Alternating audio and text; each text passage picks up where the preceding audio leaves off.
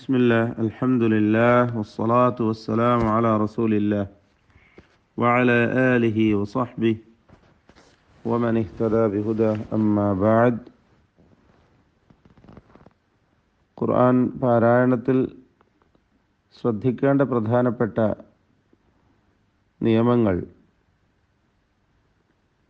ഇതിൽ നാം അറിഞ്ഞിരിക്കേണ്ട ഒരു ഭാഗമാണ് അസ്സാകിനാനിൽ മുൽതഖിയാനി ഫീ കലിമ വഫീ കലിമതൈൻ. ഒറ്റ പദത്തിലോ രണ്ട് പദത്തിലോ ആയിക്കൊണ്ട് അടുത്തായി വരുന്ന രണ്ട് സാക്കിനുകളുടെ നിയമം. സുക്കൂൻ നൽകപ്പെട്ട രണ്ടക്ഷരങ്ങൾ പരസ്പരം ചേർന്നുകൊണ്ട് തുടരെയായിട്ട് വരിക. ഇങ്ങനെ വരുമ്പോൾ എന്തു ചെയ്യണം? അവിടെ എന്തെല്ലാം കാര്യങ്ങൾ ശ്രദ്ധിക്കേണ്ടതുണ്ട്, പാലിക്കേണ്ടതുണ്ട്? ഇതാണ് നമ്മൾ ചുരുങ്ങിയ സമയം കൊണ്ട് ഇന്ന് മനസ്സിലാക്കുവാൻ പോകുന്നത്. ഒന്നാമതായി ഇൽതിഖാഉൽ ഹർഫൈനി സാകിനൈനി ബികലിമത്തിൻ വാഹിദ ഫീ തിലാവത്തിൽ ഖുർആനിൽ കരീം.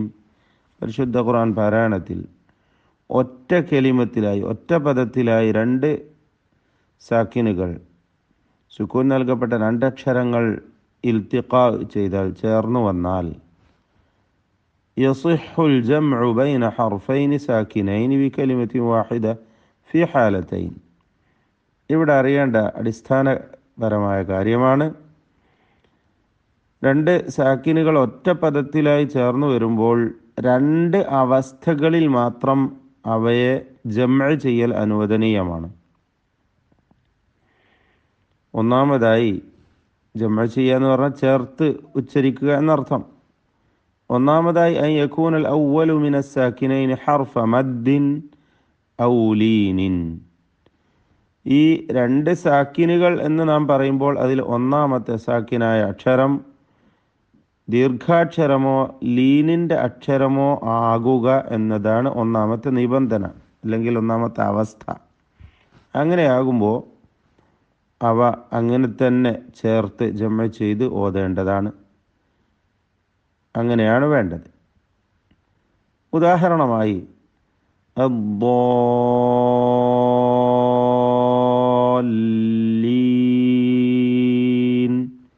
എന്ന് ഓതുക. ഇവിടെ എന്താ സംഭവിച്ചത്? ഒന്നാമത്തെ അക്ഷരമായ അലിഫ് സാക്കിനാണ്.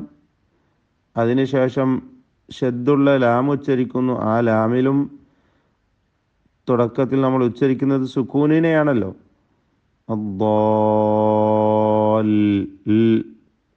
എന്ന ആ സുക്കൂനിൻ്റെ ശബ്ദം അഥവാ സാക്കിനാണ് അവിടെയും. അലിഫും സാക്കിനാണ്, ദീർഘാക്ഷരമായ അലിഫ് സാക്കിനാണ്, ലാമും സാക്കിനാണ്. ഇങ്ങനെ രണ്ട് സാക്കിനുകൾ ചേർന്ന് തുടരെയായി വന്നിരിക്കുകയാണ്. ഇവിടെ ദീർഘാക്ഷരമാണ് മുമ്പിൽ വന്നത് എന്ന കാരണത്താൽ ദീർഘിപ്പിക്കേണ്ടതാണ്, ദീർഘിപ്പിച്ചുകൊണ്ട് ഓതേണ്ടതാണ്. അവയെ നിലനിർത്തപ്പെടുന്നു എന്നർത്ഥം. രണ്ട് സുക്കൂനും ഉച്ചാരണത്തിൽ നിലനിൽക്കുന്നു. വേറെ ഉദാഹരണം വാവിൻ്റെ ഉദാഹരണമാണ്. അലിഫും വാവും ചേർന്ന് വന്ന പദമാണ്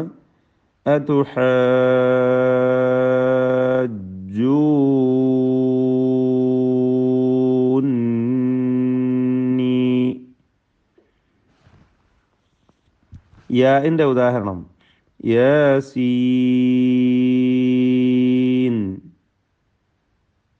വേറെ വാവിൻ്റെ ഉദാഹരണം നൂൻ. ലീനിൻ്റെ അക്ഷരമായ യാ വന്നു ഐൻ.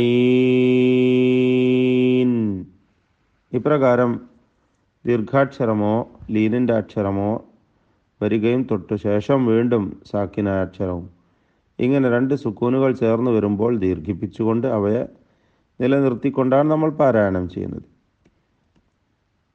അതേപോലെ തന്നെ രണ്ടാമത്തെ അവസ്ഥ യകൂന സുകൂനുൽ ഹർഫി الثاني മിൻഹുമാ ആരിദാ. ആരിദായ സുക്കൂൻ, വഖഫിന് വേണ്ടി ആരിദായ സുക്കൂനും ദീർഘാക്ഷരമായ സാക്കിനാക്ഷരത്തിന് ശേഷം വരുമല്ലോ, അവിടെയും നിലനിർത്തുകയാണ്, ജംഅ ചെയ്യുകയാണ്. അൽ ഹിസാബ്. അലിഫിന് ശേഷം ബായിൽ സുക്കൂനാണ് ഉള്ളത്. ഇങ്ങനെ വഖഫിന് വേണ്ടി താൽക്കാലികമായി സുക്കൂൻ, അവിടെയും സുക്കൂൻ നിലനിർത്തുന്നു. രണ്ട് സുക്കൂനുകളും ജമ ചെയ്തുകൊണ്ട് അവിടെ നിലനിൽക്കുകയാണ് ഉച്ചാരണത്തിൽ. തഅമലൂൻ, അർറഹീം, ഖുറൈശ്, ഖൗഫ്.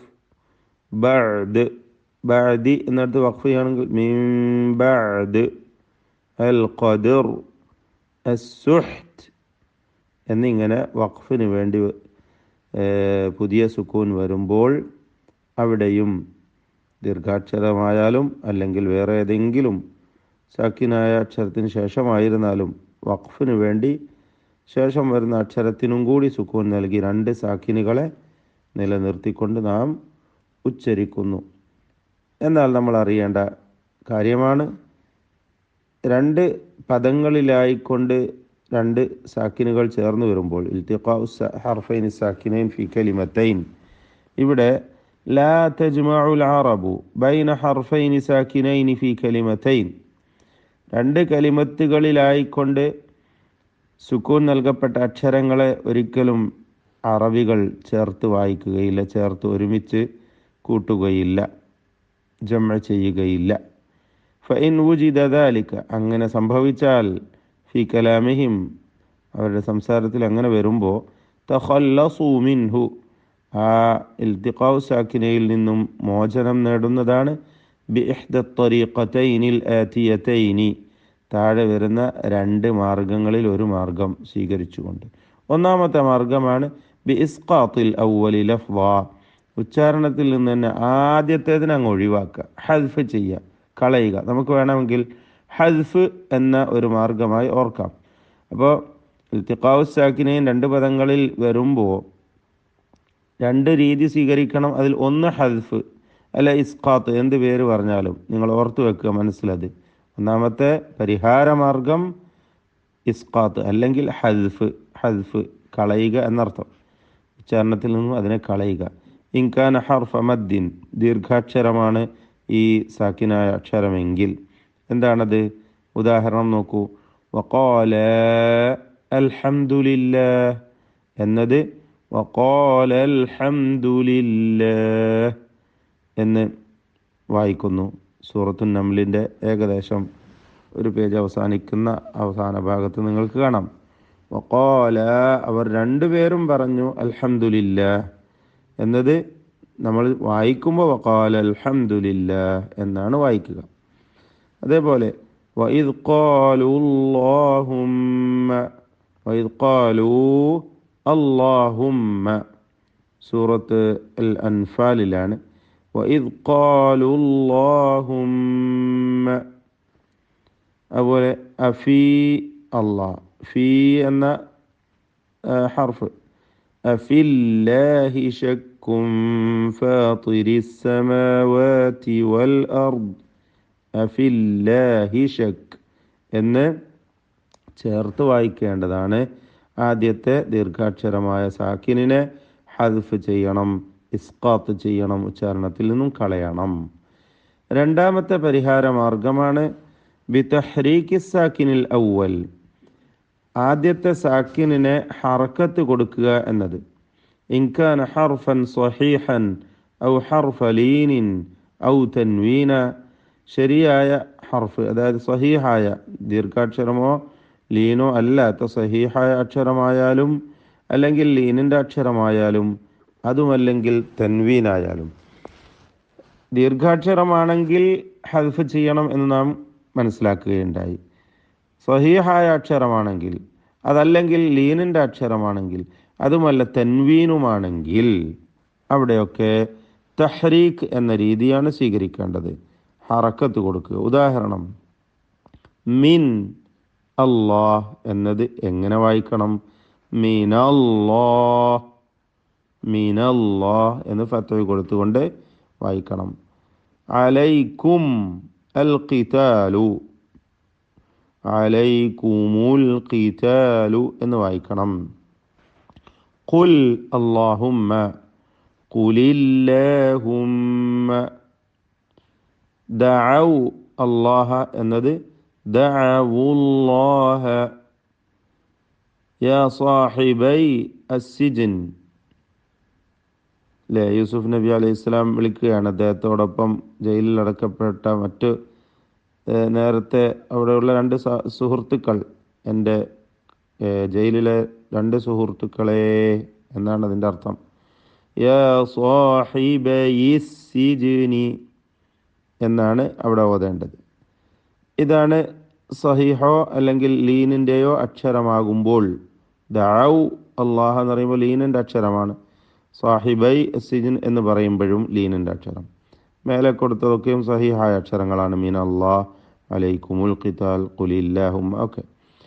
ശേഷം വരുന്നത് തൻവീനിൻ്റെ ഉദാഹരണം നോക്കൂ. നൂഹുൻ ഇബ്നഹു, അവിടെ തൻവീനിനെ ഹറക്കത്ത് നൽകി തഹ്രീക്ക് ചെയ്ത് നൂഹുൻ ഇബ്നഹു എന്ന് വായിക്കണം. തുവൻ ഇദ്ഹബ്, അല്ലേ, ബിൽവാദിൽ മുഖദ്ദസി തുവ ഇദ്ഹബ്, അവിടെ ചേർത്ത് വായിക്കുമ്പോൾ തുവൻ ഇദ്ഹബ് എന്ന് ഓതണം. തുവൻ ഇദ്ഹബ്.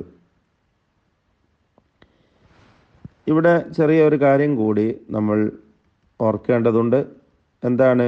അൽ അസ്ലു ഫി തഖല്ലുസ് മിൻ ഇൽതിഖാഇ സാകിനൈൻ മിൻ കലിമതൈൻ അൻ യുഹറക സാകിനുൽ അവ്വൽ ബിൽ കസ്ർ.